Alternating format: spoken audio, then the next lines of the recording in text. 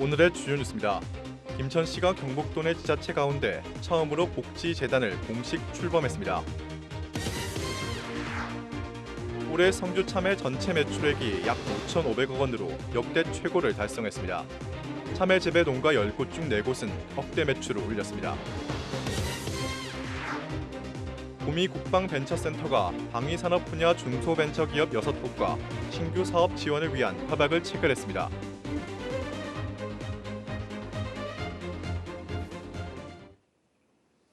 시청자 여러분 안녕하십니까? 뉴스와이드입니다. 김천시가 경북도 내 지자체 가운데 처음으로 복지재단을 공식 출범했습니다. 복지 사각지대에 소외되는 사람이 없도록 필요한 모든 사람에게 도움의 손길이 닿도록 하는 게 목표입니다. 김도윤 기자입니다. 김천복지재단이 12일 공식 출범했습니다. 경북 23개 시군 가운데 복지재단을 세운 것 김천시가 처음입니다. 인원은 이사 10명에 감사 2명으로 구성됐으며 이사장은 김충섭 시장이 맡습니다.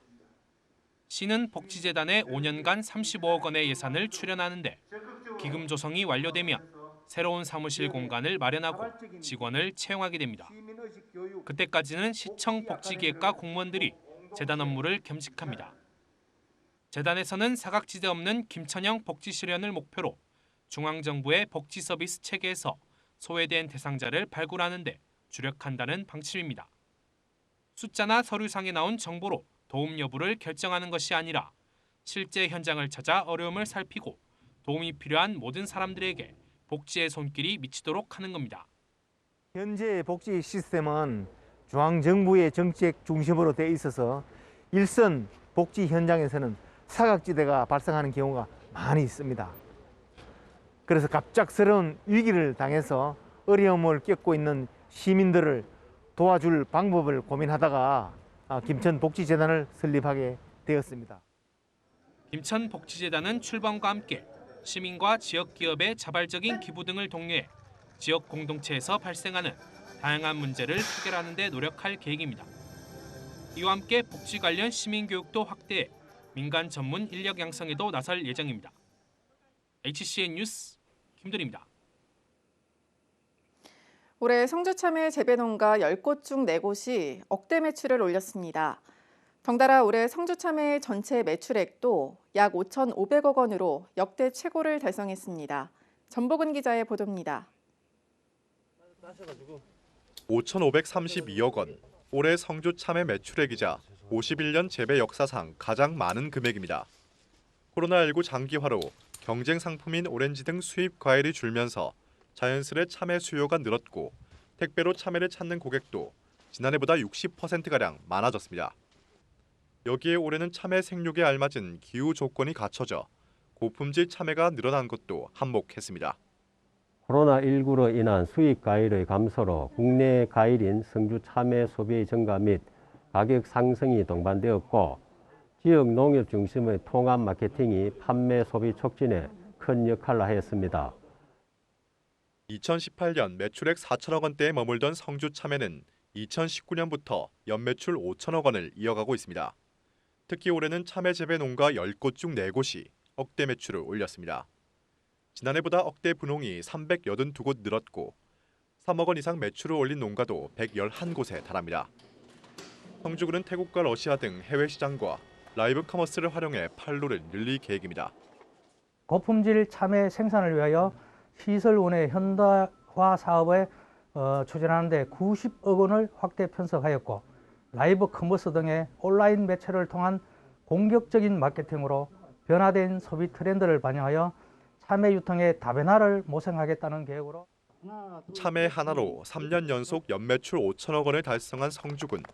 참외 매출액 6천억 시대를 열기 위해 힘찬 발걸음을 내디뎠습니다. HCN 뉴스 전복울입니다. 단계적 일상회복, 위드 코로나 시행으로 움츠렸던 관광 분야도 기지개를 켜고 있습니다. 대형 축제들도 대면 프로그램을 넓히는 등 체계를 바꾸는 중인데 방역 관리만 잘 된다면 분명히 지역 경제에는 큰 도움이 될 전망입니다. 송태훈 기자의 보도입니다. TV 드라마가 인기를 끌며 포항의 대표 관광지로 자리 잡은 구룡포 일본인 가옥거리입니다. 2년가량 이어진 코로나19 사태로 관광객의 발길이 크게 줄었지만 이달부터 단계적 일상 회복이 시행되면서 활기를 되찾고 있습니다. 한때 집단 감염으로 홍역을 치른 경험도 있는 터라 마음을 놓을 순 없지만 내심 찾는 발길이 늘고 있는 게 반가울 수밖에 없습니다.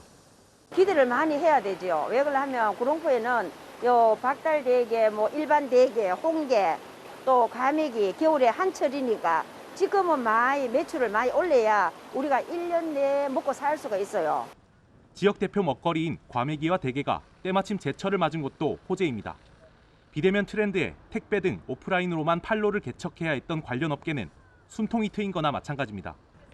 계절 특수를 위해 자체 이벤트나 새로운 마케팅을 시도하는 곳도 생겼습니다. 확진자가 발생했을 때는 전부 다 문도 내리고 비대면으로 그냥 판매하다가 또 며칠씩 또 문도 닫은 적도 있고, 빨리 이게 위드 코로나를 해서 서로 각자 조심해서 그렇게 잘 이겨냈으면 좋겠습니다. 관광객 유입과 경기 회복을 위한 축제와 행사들도 본격화합니다. 이번 주말 호미반도 해안 둘레길 걷기 축제를 시작으로 동해안의 대표 축제 격인 포항국제불빛축제가 오는 20일 새로운 방식으로 이목을 사로잡을 계획입니다. 환호공원에 설치한 국내 첫 체험형 조형물 스페이스워크는 불빛축제 이틀 전 개장에 보조를 맞춥니다. 인기 드라마 촬영지에는 스탬프 투어를 기획해 경품도 지급합니다. 문제는 안정화된 방역인데 불빛축제의 경우 코로나 이전에는 100만 명이 넘게 찾았던 행사인 만큼 세밀하면서 강력한 방역 시스템이 가동돼야 합니다. 단계별 일상 회복으로 인해 포항 관광산업 전반이 다시 살아날 것으로 기대하고 있습니다. 특히 다음 주 포항의 대표 축제인 포항 불빛 축제가 개최됩니다.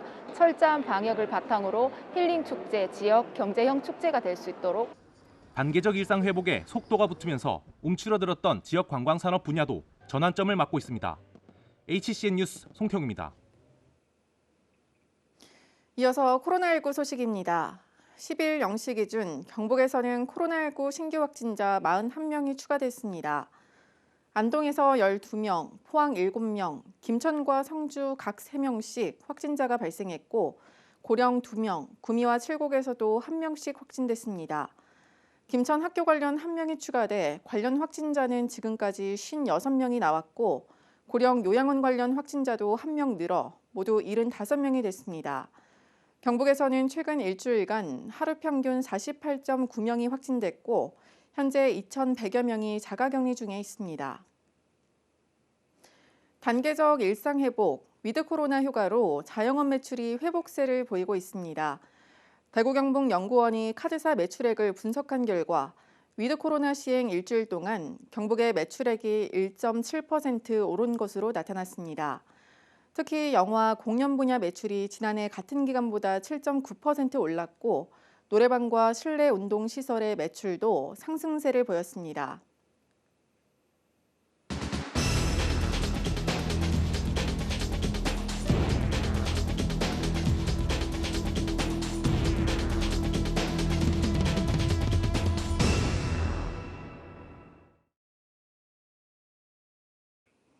국민의힘 구자근 의원은 10일 황희 문화체육관광부 장관을 만나 구미 지역 내 주요 사업을 건의했습니다.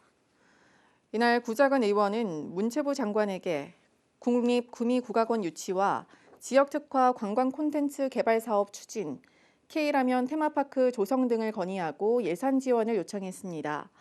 또 구 의원은 2022년 카타르 월드컵을 대비해 국가대표 선수들의 평가전 경기를 구미에서 진행하자고 건의하는 등 지역 내 관광 체육 인프라 사업을 위해 더욱 힘쓰겠다고 밝혔습니다.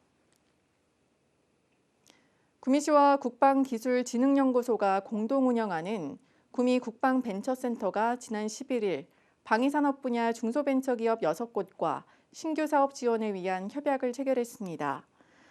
이들 기업은 구미시로부터 사업비를 지원받고 구미 국방벤처센터의 자문을 받아 군 사업화 과제 발굴과 기술 개발에 나설 예정입니다.